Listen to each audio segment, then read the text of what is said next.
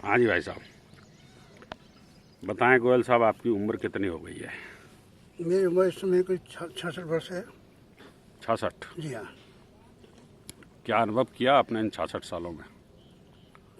इन 66 साल के बीच में अनुभव जो हमने किया है वो ये है कि कभी आदमी को पैसे के पीछे नहीं भागना चाहिए। अच्छा, नंबर सबसे एक। पहले अपने चरित्र के ऊपर ध्यान देना चाहिए। चरित्र बनेगा तो सब कुछ बन जाएगा। बहुत बढ़िया। और स्वास्थ्य बनेगा तो सब कुछ रहेगा। धन नहीं है, स्वास्थ्य है, चरित्र है तो सब कुछ है। बहुत बढ़िया। चरित्र बलवान है, स्वास्थ्य बलवान है, धन पीछे है। बिल्कुल सही है। धन के प्रति एकदम आदमी को नहीं भागना चाहिए।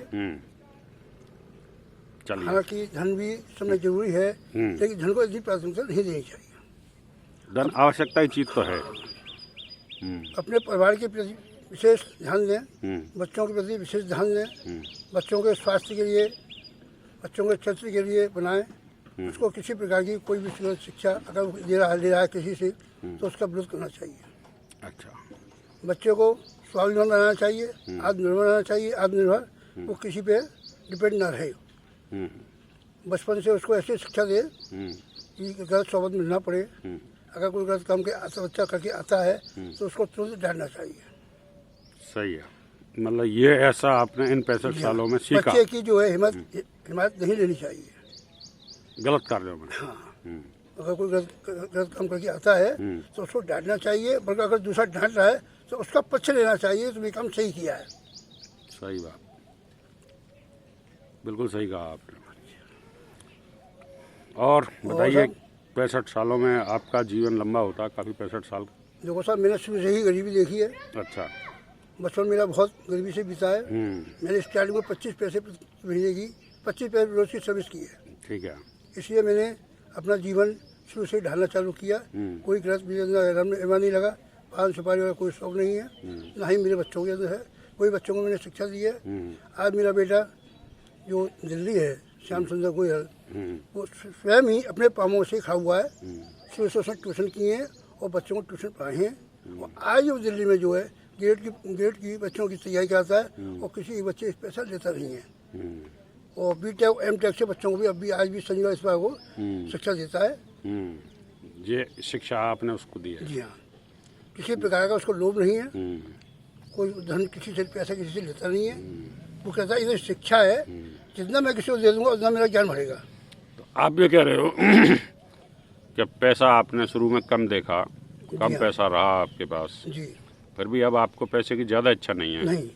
मतलब पैसे का आपने कहा कि उतना है, आवश्यकता पूर्ति होती रहे, केवल खाना पूर्ति होती रहे, काम चलते रहे, जितना मिलता रहे मिले उस समय स्वास्थ्य बना रहे और घर का खर्चा चलता रहे। धन को विशेष ध्यान नहीं देना चाहिए। और वैसे आवश्यकता की चीज़ है, मतलब आप ये कहो केवल आवश्यकता की चीज़ है? मेरे निगाह में आवश्यकता नहीं है। अच्छा। धन के लिए विचार नहीं करना चाहिए कि हम किसी इकट्ठा करें। आज हमने मेहनत की, किसी ने गलत काम से किसी ने पैसा इकट्ठा कर लिया। हमको क्या मालूम कि पैसा जो बच्चा हमारा बेटा जो है आगे बड़ा होकर नहीं है, हमारे बुढ़ापे का सहारा बनेगा। अच्छा। इसलिए बच्चों को शिक्षा नहीं दे, बच्चों को प्रोत्साहन दे। और पैसे के प्रति बच्चों को भी यदि ये दे कि ज़्यादा पैसा इकट्ठा करने की जरूरत नहीं है। खाली हाथ आए हैं और खाली हाथ जाएंगे। बच्चा जो आता है भाग्य लेके आता है, मुट्ठी बांध के आता है, उसका भाग्य जो मुट्ठी अंदर बंद होता है। ऐसा आप सोचते हैं? जी हाँ। और जो कुछ ईश्वर ने उसको दिया है उसकी मुट्ठी के अंदर बंद है। जो ईश्वर ने दिया है। हाँ। और वही भाग्य बनाता है। और कर्म भाग्य पे भरोसा। कर्म प्रधान है। कर्म करो, और अगर किसी के सामने अच्छा भी नहीं कर सकते हो तो किसी को बुरा करने की आपको अधिकार नहीं है। अच्छा। किसी के विषय में बुरा मत सोचो। अच्छा कर लो, लेकिन किसी को बुरा मत। यदि अच्छा नहीं कर सकते हाँ तो किसी के साथ बुरा भी नहीं करना नहीं चाहिए। ऐसे अगर कोई आपके दरवाजे आता है, जितना हो सकता है तन से, मन से, धन से उसको उसकी हेल्प करे और उसकी सहायता करे, उसको जो है भूखा कर से न लौटाए। ऐसा आप सोचते हैं? अच्छा सोचते हैं आप। जो अब नई पीढ़ी चल रही है जी, क्या उम्मीद करते हैं बच्चों से? आज की नई पीढ़ी की पोजीशन ये है कि हम बच्चों से कोई उम्मीद नहीं करते हैं। अच्छा। अगर बच्चों को संस्कार अच्छे दिए हैं तब तो उम्मीद है। अगर बच्चों को संस्कार नहीं दे पाए हैं तो बच्चों से प्राप्त करने में अधिकार नहीं है। क्या बुजुर्गों को बच्चों से उम्मीद करनी चाहिए? बच्चों को बुजुर्गों को बच्चों से उम्मीद करनी चाहिए, लेकिन इतनी सीमा तक जितना भी वो कर सकता हो। अधिक लोलुपता नहीं दिखाए। अति लोलुपता नहीं। हाँ। सही है। मतलब इस उम्र में भी आप ये कहना चाहते हैं जी, कि आदमी को एक तरह से आत्मनिर्भर रहना चाहिए। आदमी रहना चाहिए। और मैं जो सरकारी कर्मचारी हैं, रिटायरमेंट हो जाती हैं, उसके बाद उनको कोई ना कोई कार्य करना चाहिए, घर में खाली नहीं बैठना चाहिए। आपने बड़ी महत्वपूर्ण बात जिससे कि उनका शरीर चलता रहे। घर में सर्विस छोड़ने के बाद में होता क्या है कि आदमी घर में बंद हो जाता है और अपने नाती और पोतों में वो मिल जाता है। हालांकि मैं जानता हूँ कि मूड से ज़्यादा ब्याज प्यारी होती है, लेकिन उनको उतना ही ध्यान दिए, उनको उतना ही ध्यान लगे, अधिक ध्यान न दिए कि अपना स्वास्थ्य गिरा ले उनके साथ में।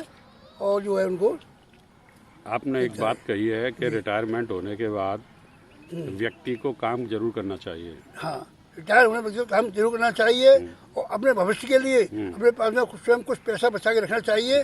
किसी के ऊपर, किसी बच्चों के ऊपर आश्रित नहीं रहना चाहिए। अगर आपके पास पैसा है तो बच्चे आपका साथ देंगे, और पैसा आपके पास नहीं है तो आपका बच्चा भी साथ नहीं देगा। सही है। यानी कुल मिला के आपका कहना ये अपनी व्यवस्था दुरुस्त रखो। बिल्कुल रहो। अपने व्यवस्था का मतलब ये है धन की और स्वास्थ्य की। बिल्कुल। दूसरी चीज ये, शादी होती है, हर बच्चों से रिश्ते जो बन के आती है, हर बच्चों को निभाती है, लेकिन वो भी बंधी हुई है कि आदमी जाता है शरीर को छोड़ के नहीं है तो फिर उसको दरवाजे छोड़ देती है। उसकी भी बंदिशें होती हैं। सही है। और आज पैसा है तो आपको स्त्री भी संग देगी, बच्चे भी संग देंगे। पैसा नहीं है, आपको न स्त्री साथ दे रही है न पैसा साथ दे रहा है आज के समय में देखते हुए। आपकी उम्र हो गई लगभग 65 साल। तो 65 साल के रहस्य को आप एक लाइन में कहना चाहें जी, तो कैसे कहेंगे? एक दो लाइन में। एक बार मैं ये कहना चाहता हूँ कि बच्चों का अच्छा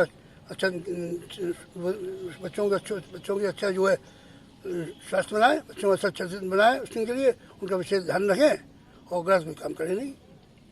अच्छा, आपका कहना ये है। और ऐसा काम करके जाए कि जिसे आदमी अगर जा रहा है तो सामने पीछे से उसको याद करें लोग। हाँ, ये उसके कर्म, ऐसे कोई कर्म करके ना चाहे कि समाज जो उसको पीछे गाली दे।